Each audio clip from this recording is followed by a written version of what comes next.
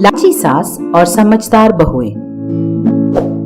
वेंकटापुरम नाम के गांव में सुंदरैया और भद्रम्मा नाम के एक दंपत्ति रहते थे। उनके रामू, सुमति और वेंकट और प्रिया नाम के बेटे और बहुएं रहते थे। सब लोग मिलकर रहा करते थे। भद्रम्मा हमेशा भूखी रहती थी।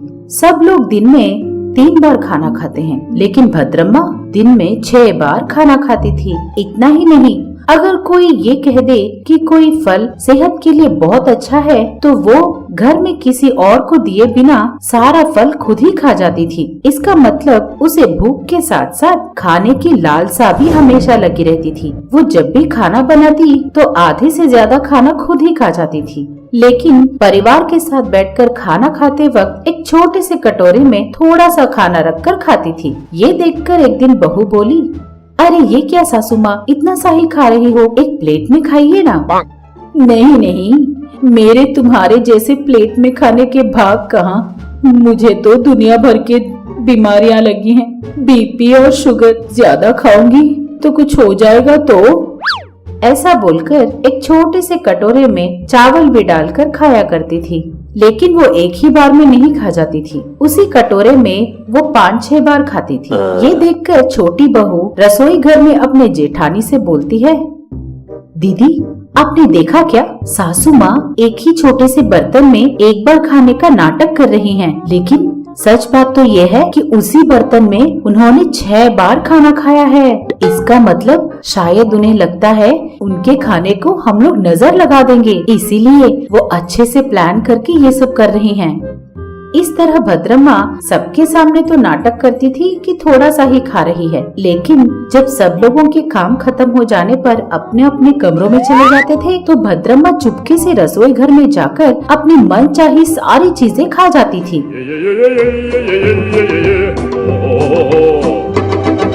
इस तरह भद्रम्मा अपने ही घर में चोरी छुपे खाना खाते खाते जी रही थी। इसी तरह एक दिन जब सब लोग खाने के लिए बैठते हैं, तो सास अपनी बहू से, बेटी सुमति, इस कटोरे में थोड़ा सा चावल तो दे दे। ये बात सुनते ही सुमति उसमें थोड़ा खाना परोसती है। ये देखकर वो बोली, अरे ये क्या बहू, इतना सारा क्यों डाल दिया, मैंने तो बस 1 चम्मच डालने को बोला था। अरे रे सॉरी सासू माँ, दीजिए थोड़ा निकाल दूं क्या। अरे रे रे, नहीं नहीं बेटी, एक बार जो परोस दिया उसे वापस नहीं निकालते। इस तरह बोलती है छोटी बहू से, बेटी छोटी बहू, वो जो चटनी है ना, वो थोड़ा सा इसमें डाल दे, बस एकदम जरा सा, चींटी के सर जितना। उसने कहा। ये सुनकर छोटी बहू ने सचमुच चींटी के सर जितना थोड़ा सा ही चटनी डाला। ये देखकर, ये क्या, मैंने तो यूं ही बोल दिया था, इसने तो सचमुच इतना सा ही चटनी डाला। अरे बाप रे, अगली बार से थोड़ा ध्यान रखकर मांगना पड़ेगा। भद्रम्मा अपने पति से बोली, अजी सुनते हो, थोड़ा सांभर डालिए ना। इस तरह पूछती है। जब उसका पति उसके कटोरे में सांभर डाल रहा होता है, उससे पहले ही बस बस बस बस कहती है। तब भद्रैया बोला, अरे अभी तक तो मैंने 1 बूंद भी नहीं डाला, अभी से बस बस करने लगी। भगवान तुम्हें अच्छी सेहत दे, मुझे भी तुझे देखकर सीखना चाहिए। और बहुएं तुम लोग भी अपनी सासू माँ को देखकर कुछ सीखो। ये बात सुनते ही भद्रम्मा, ठीक है कोई बात नहीं, इस तरह खासकर थोड़ा पानी पीती है। खाना खाने के बाद सब लोग अपने अपने कमरों में चले जाते हैं। तब भद्रम्मा चुपके से उठकर, चलो अच्छा है, सब लोग अपने अपने कमरे में सो गए हैं, अब मेरे खाने का टाइम हो गया है, ऐसा सोचकर चुपके से रसोई घर के अंदर घुस जाती है और आराम से जाकर एक बड़े से बर्तन में ढेर सारा खाना परोसकर आराम से बैठकर ठूस कर खाने लगती है। इस तरह खाना खा रही भद्रम्मा को एक बर्तन में खीर दिखाई देता है। ये देखकर, हाय मेरी समझदार बहुरानियों, मुझसे छुपाकर तुम लोग खीर बनाकर खाने का प्लान कर रहे थे, अभी बताती हूँ तुम दोनों को। ऐसा सोचकर उस सारे खीर को भर पेट खा जाती है। अपने पेट पर हाथ फेरते हुए बोलती है, चलो अच्छा है, आज पेट भर गया है, लेकिन जो भी हो, इस तरह चोरी छुपे खाने में मजा ही अलग होता है। हाँ।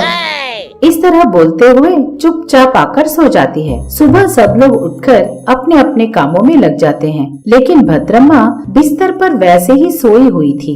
ये देखकर सब लोग घबरा जाते हैं और डॉक्टर को घर बुलाते हैं। डॉक्टर आकर भद्रम्मा को टेस्ट करके बोलते हैं, हाँ, कुछ नहीं, सब कुछ ठीक है, लेकिन बॉडी में नमक बढ़ गया और बीपी आ गया है, और इसी तरह पूरे बॉडी में शक्कर बढ़ गया है और शुगर आ गया। ये सुनकर घबराया सुंदरैया बोला, डॉक्टर साहब, लगता है मेरी बीवी के पूरे बदन में एक चलती फिरती दुकान है। अगर ये सब कम होना है तो क्या करना होगा? तुम्हारी पत्नी को कम खाना खिलाना होगा। उनके खाने में नमक और मीठा बहुत कम कर देना होगा। उन्हें केवल सादा खाना खिलाना होगा, तभी तुम्हारी पत्नी की तबीयत ठीक होगी, वरना ये सब और भी बढ़ जाएगा। ये बात सुनते ही भद्रम्मा अपने मन में सोचती है, हे भगवान, इस डॉक्टर ने तो मेरी तबीयत ठीक करने के बदले मेरे मुंह पर ताला मार दिया। इसका सत्यानाश हो जाए। छी!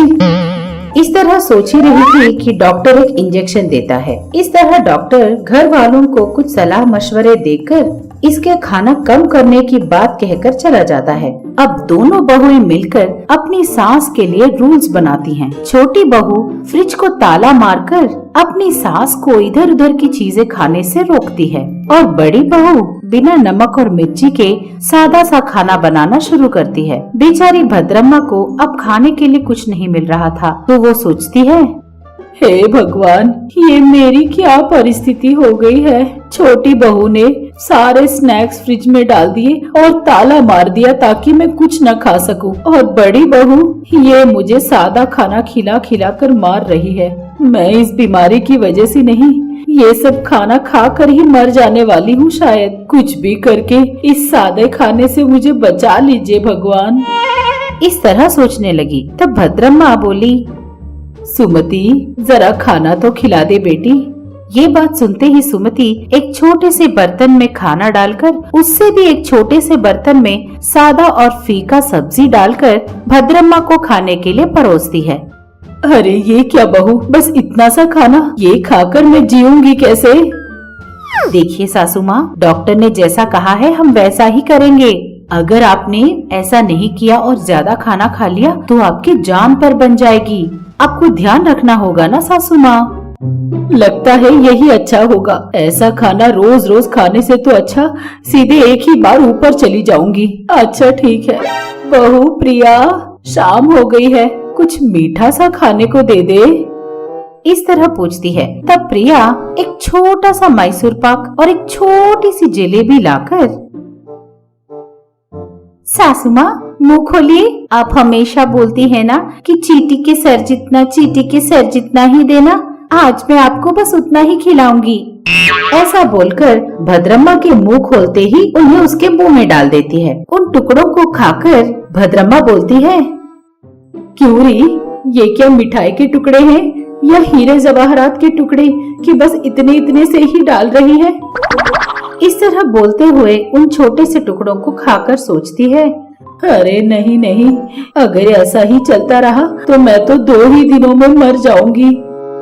इस तरह सोचकर वो रात होने की राह देखने लगी। आधी रात को जब सब लोग सो गए थे तो भद्रम्मा चुपके से जाकर प्रिया के कमरे में जाती है और उसके तकिए के नीचे फ्रिज की चाबी लेकर तुरंत फ्रिज खोलकर जल्दी जल्दी उसमें रखी सारी चीजें फटाफट खा जाती है। उस दिन से भद्रम्मा रोज यही किया करती थी। ये बात देखकर दोनों बहुएं एक दिन मिलकर बातें करने लगते हैं।